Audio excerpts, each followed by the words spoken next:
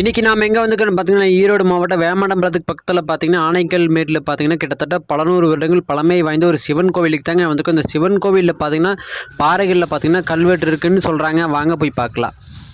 அண்ணா வணக்கங்க. நம்ம ஈரோடு மாவட்டம் வேமண்டபாளையத்துக்கு பக்கத்தில் மங்கர்சொல்லைன்னு ஒரு ஊர் இருக்குங்க. அந்த ஊரில் இப்போ ரொம்ப பழமையான கோயில் இருக்குங்க. மாதீஸ்வரன் கோயில்னு சொல்லிட்டு இங்கே இருக்குதுங்க. இங்கே இருக்கிறது யாருக்கும் அதிகமாக தெரியாதுங்க. ஆனால் இங்கே இருக்கிறது வேண்டுதல் அப்படியே நடக்குங்க. முக்கியமாக மாடு கன்றுகளுக்கெல்லாம் இங்கே வந்து சாமி கும்பிட்டு போகிறது நல்லதுங்க.